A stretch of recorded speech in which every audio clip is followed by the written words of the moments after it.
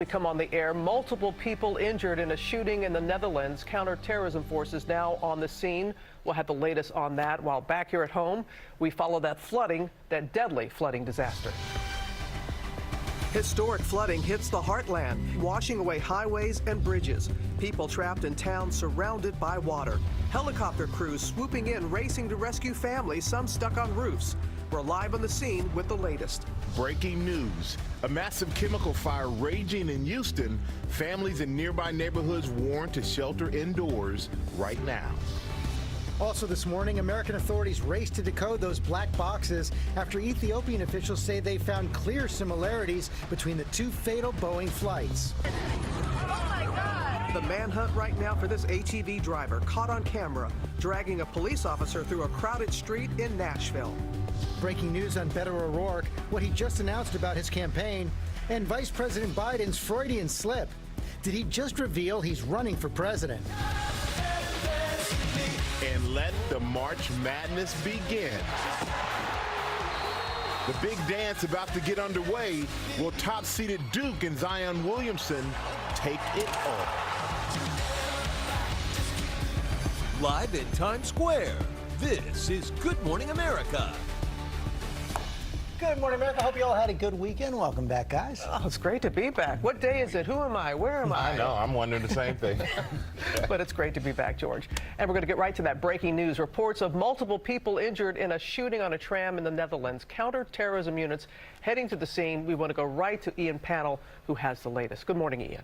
Yeah, good morning, Robin. Worrying news. Police in the central Dutch city of Utrecht, this is a little over 20 miles from the capital Amsterdam, saying on Twitter that multiple people have been injured as a result of a shooting in a tram in a residential neighbourhood. Now, we know that the police are saying that trauma helicopters have been sent to the scene and that they're appealing for the public to stay away to allow first responders to do their work. The authorities also saying that they are looking for a gunman. We're hearing that counter-terrorism police have been deployed and are investigating whether or not this was a terrorist attack.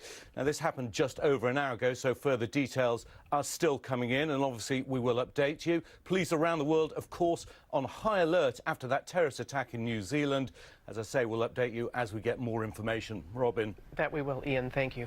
All right, now we're going to go to that major flooding across the heartland. At least 2 people killed as rivers hit record levels. You can take a look at these before and after photos showing just how widespread the flooding is in Nebraska. And ABC's Gio Benitez is there on the ground with the very latest. Good morning, Gio. Hey, Michael, good morning. Take a look at this neighborhood behind me. In fact, you can see that house back there. That house is actually partially underwater. These floodwaters are also frozen right now. When they melt, this flooding nightmare continues. The historic flooding unleashing destruction in America's heartland, and it's already claimed 2 lives. 1 man swept away by floodwaters, and 1 dying when a bridge collapsed over him as he tried to reach stranded motorists. 2 men are still missing. The combination of melting snow, ice jams, and heavy rain putting eastern Nebraska underwater. Highways split in half and impassable, towns isolated, and people trapped. It really is very dangerous. It's moving fast, it's cold water, you do not want to get caught in it. The raging waters destroying the Spencer Dam, now apocalyptic. Up to 300 people have been rescued so far. And troopers not leaving any pets behind. This man was rescued from his roof. I was petrified. I didn't know how fast it was coming up. Evacuees moving into shelters, some losing their homes. We're 50 years old, and this is going to be a new start, I guess. And take a look at this. The flooding so extensive, you could see it from space. We got some more sandbags up. People rushing in to help. Nearly 50 pilots lined up with their planes full of supplies and helping reunite families. Fremont's landlocked and they're running out of food, and I think everyone needs to do what they can to help out. And I had an airplane that was sitting in a hangar. ABC affiliate KETV was on a plane with Sue Ankerson to reunite with her family. I want to go home, kind of get myself together, and then go help people. Major flooding also a concern in places like Columbus, Wisconsin, where 40 people were rescued over the weekend. Easily you'll swift a small car away. And in Illinois, these homes overcome with water and the neighborhood now desolate. And we're told once these frozen floodwaters start to melt, that water is going to start to recede over the next few days. But that's when the hard work starts. That's that long road to cleaning up and rebuilding, Michael. That's far from over, Gio. Thank you so much. And now we're going to go to Ginger for the latest flood warnings. Good morning, Ginger. Michael, you have to remember, Omaha, Nebraska had their snowiest February on record. Sioux Falls, South Dakota had one of their snowiest, and then it was brutally cold at the beginning of March. You can see the ice chunks there. Those are the ice jams. So we went above freezing finally, and things started to melt. Then you end up getting this, the snow melt plus the ice jams, and that's what causes the incredible flooding. The Elkhorn River here crested this weekend. It breaks a record set back in 1962. Now they're going to start to recede, but that water's got to go somewhere. It's going to drain. So the Missouri River along the Mississippi, you have more than a dozen rivers in major flood stage or experiencing major flood stage, all the way down to Mississippi, Louisiana, and Arkansas. We're going to be watching some of these rivers through the end of this week. Robin? More than a dozen. Okay, Ginger, thank you. Now to that chemical fire raging in Houston, forcing residents to shelter in place. Jeff Ealing from our station KTRK is on the ground at the ITC plant in Deer Park with the latest. Good morning, Jeff. Robin, this fire continues to grow in intensity and size. It started out with 2 tanks Sunday morning catching on fire. It has now grown to 7 tanks total. What you're watching burn right there are chemicals used to make gasoline. It does appear that the wind speed and direction has changed somewhat, pushing that large smoke plume a little closer inland where people live. There is a mandatory shelter in place for residents who live in Deer Park. They're being told not to use their air conditioners or heaters. If they want to heat their home, they're being told to use electric space heaters. School districts in this area will not determine whether or not kids go back to school for a little while longer. But again, in Deer Park, residents are being told to stay indoors. Officials tell us that all they can do right now is watch this burn. There is a valve they need to get to shut that valve off and eventually get this under control, but they can't get there right now. And as you can see, this fire continues to burn. Robin? Such a frightening scene, Jeff. Thank you. Okay, Robin, we have new developments this morning in that deadly Boeing plane crash. Ethiopian authorities say the black box data they've checked show clear similarities between this crash and the Lion Air incident in Indonesia. Our senior aviation correspondent David Curley has all the latest. Good morning, David. Morning, George. There is no independent confirmation of these clear similarities that the minister is suggesting. But if there are similarities, it raises the question, how is this aircraft certified to fly? This morning, federal prosecutors reportedly scrutinizing the development of the Boeing MAX jetliners and the Department of Transportation investigating just how the FAA approved the planes. The Wall Street Journal reporting a grand jury issued a subpoena last week to at least one person involved in the jet's development seeking emails and other documents. This, as the Ethiopian transport minister says, the black boxes recovered at the crash scene indicate there are clear similarities between the Ethiopian Boeing 737 MAX crash and the crash of a Lion Air MAX less than 5 months ago. The minister citing no evidence nor specifying what the similarities are, adding it will be a month before more is known. If the Ethiopians know that there are parallels between these two crashes, speed is of the essence. There's no sense in waiting a month. It only endangers the flying public. Those possible similarities are the reason the FAA grounded the remaining part of the fleet of 370 jets worldwide.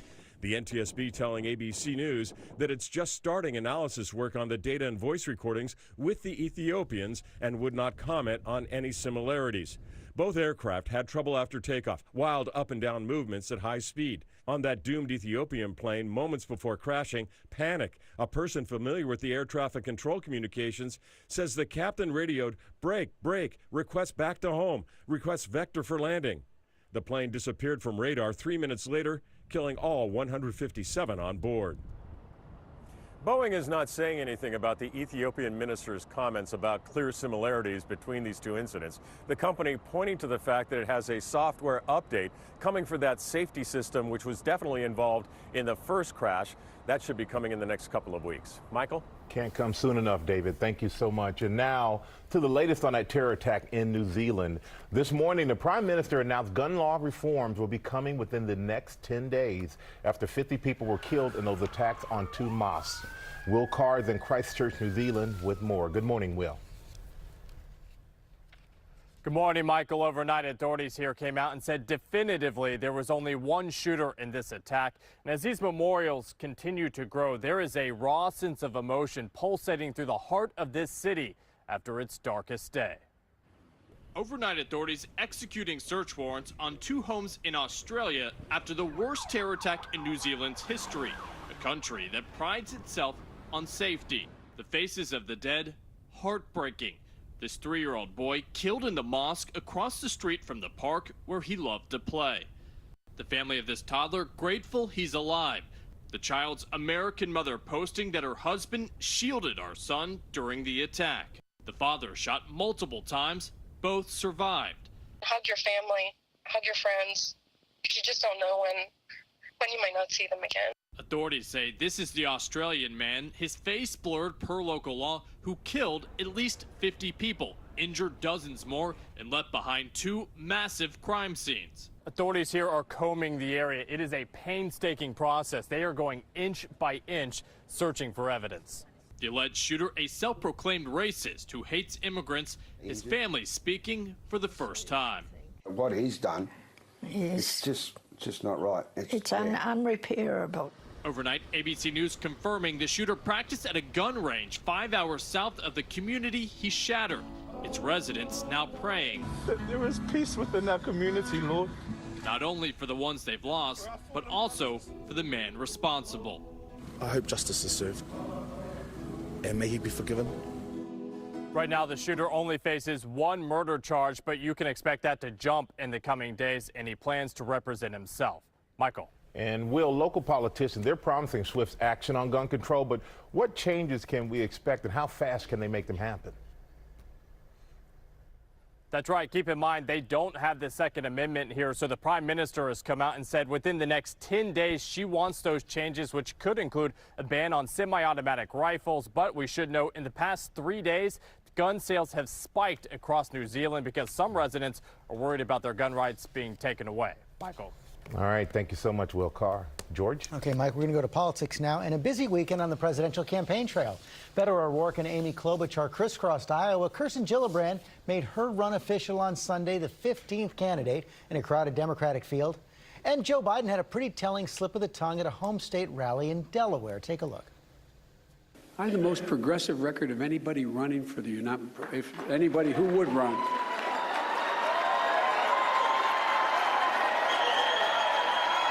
I didn't mean. Let's bring in Mary Bruce for more on all this. And Mary, all signs sure seem to be pointing toward a Biden run. Yeah, well, George, for a split second there, it sure seemed like Biden was in. Now, he was quick to backtrack, but those close to the former vice president say it is a matter of when, not if, he's going to jump in this race. Senator Coons of Biden's home state of Delaware telling you yesterday on This Week that he is optimistic that Biden will formally announce sometime soon. The former vice president has been teasing this for months now. He says his family is now on board, but George, he still won't say whether he's even made a decision or when he's going to share that decision with all of us. And Mary, Beto O'Rourke had a mixed opening week and had to apologize a few times for gaffes on the campaign trail, but also a big announcement this morning on money. Yeah, Beto O'Rourke's campaign just announcing that he raised a whopping $6.1 million in grassroots fundraising in just the first 24 hours. George, that is more than any other candidate has raised so far. And it's a clear sign that popularity and Beto's prolific fundraising that he showed during his Senate campaign is translating to the national stage. Now, he has had some stumbles, as you mentioned. He apologized over the weekend for what he said was a ham-handed comments about his wife having to raise their 3 children. But, George, he continues to draw a lot of interest, as we're seeing from his packed events as he barnstormed some of these key states. And Mary, back at the White House, President Trump just glued to Twitter over the weekend, some 50 tweets over Saturday and Sunday on all kinds of subjects, Fox News, GM, also these bitter personal attacks on the late Senator John McCain. Yeah, George, he was on a real tear this weekend, and it's unclear why the president continues to target the late Senator John McCain. We did see over the weekend those close to McCain coming to his defense, some demanding that the president apologize. We saw Senator Lindsey Graham, who, of course, is also one of the president's top allies, saying that nothing about McCain's service can be diminished. And, of course, McCain's own daughter, Meghan McCain, tweeting that the president should be paying more time focusing on his own family and less time obsessing about hers. George. Okay, Mary Bruce, thanks very much. Michael? All right, thank you, George. We're going to turn now to new developments in that mob boss murder. A suspect is now in custody, facing an extradition hearing today. ABC Diane Macedo is here with the details. Good morning, Diane. Good morning, Michael. 24-year-old Anthony Camello is behind bars right now for the shooting death of Francesco Frankie Boy Cali, the reputed boss of the Gambino crime family. And authorities are allegedly going to great lengths to keep Camello alive as he awaits murder charges. This morning, authorities say 24-year-old Anthony Camello will be formally charged with the execution-style murder of alleged mobster Francesco Frankie Boy Cali. Confirm male shot. They're going to bust, get a haircut, ASAP. Get a rush on the bus. Camello was taken into custody over the weekend after police say they tracked his phone to the crime scene and pulled his fingerprints off Cali's blood-stained vehicle. While we believe we have the shooter in custody for this incident, the investigation is far at this point from over. 53-year-old Cali was killed last Wednesday after investigators say Camello crashed into Cali's parked car outside his Staten Island home. Cali came outside, and the two men were spotted on grainy surveillance video, according to sources talking, even shaking hands. Police say Camello then opened fire, hitting Cali 10 times before speeding off in a blue truck. And there's a blue pickup truck that's in the area. This is the first time a reputed mob boss has been killed in New York City in more than 30 years. Cali's wife and son were home at the time. But police don't believe this is mob-related. Sources tell ABC News NYPD investigators believe Camello had been dating a female relative of Cali's when the reputed boss of the Gambino crime family told him to stop seeing her. Now, Camello is being held in New Jersey for his own safety. He's expected to waive extradition later today so he can return to Staten Island to face charges. Thank you, Dan. Thanks. And George, now to March Madness. The men's bracket is officially set. TJ is here with our guide to the big dance. Isn't this great? This is the week we all walk into the office and declare to our boss, I ain't here to work, all right? 149 million brackets. That's the estimate this year that we are going to fill out. 149 million, and we're going to bet some $8.5 billion on this tournament, most illegally. At work. The fans are busy. Don't worry. They're not coming after you. But yeah, 68 teams now. We're going to get this thing started, and it is all about Duke, the #1 overall seed. Duke. This is some of the celebrations. The kids find out they're going to the tournament here. But Zion Williamson, yes, he is 18 years old and goes by one name, Zion. The NBA franchises are leveraging their futures on this kid. He will be the #1 overall pick. Duke is the #1 overall seed. You remember Shoegate? He blew out his shoe a few weeks ago. Nike stock went down. You see this?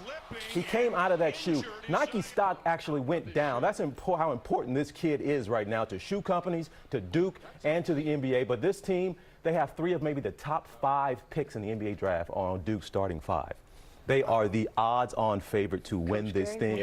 Coach K, it's amazing how they do it, but this is one of his best teams he's had in well, this is only the second time they've been the #1 overall seed. But Zion, this is his tournament. You watching him this weekend, you're going, he's just a bully out there on the court. 6'7", 285. So LeBron's height and Charles Barkley's weight. I mean, that's sorry, Chuck, but just we're going to put you on the spot on another point. We want to know who your Final 4 are. But that's another time, TJ. Okay. And fair time, the women's bracket will be revealed tonight on ESPN. Yes. And it's all coming up. We're also learning new details about Paris Jackson's medical scare. Michael Jackson's only daughter hospitalized. We're going to have what she's saying about it coming up. And new developments in that college admissions cheating scandal, how this prep school used by Felicity Huffman and others allegedly helped high school students cheat on standardized tests. But first, let's get back to Ginger. And I want to take you straight to the select cities, brought to you by CarMax. What does it take to work at CarMax? That's a great question. If you'd stop in a monsoon to help someone change a tire, save a whale that had beached itself, You're gonna be okay, big guy. Push! lend a hand in an old-timey barn raising, and if the middle school dance group was down 1 member and you'd step in and lead them all the way to glory, then CarMax is for you, because helping people is what our people are all about.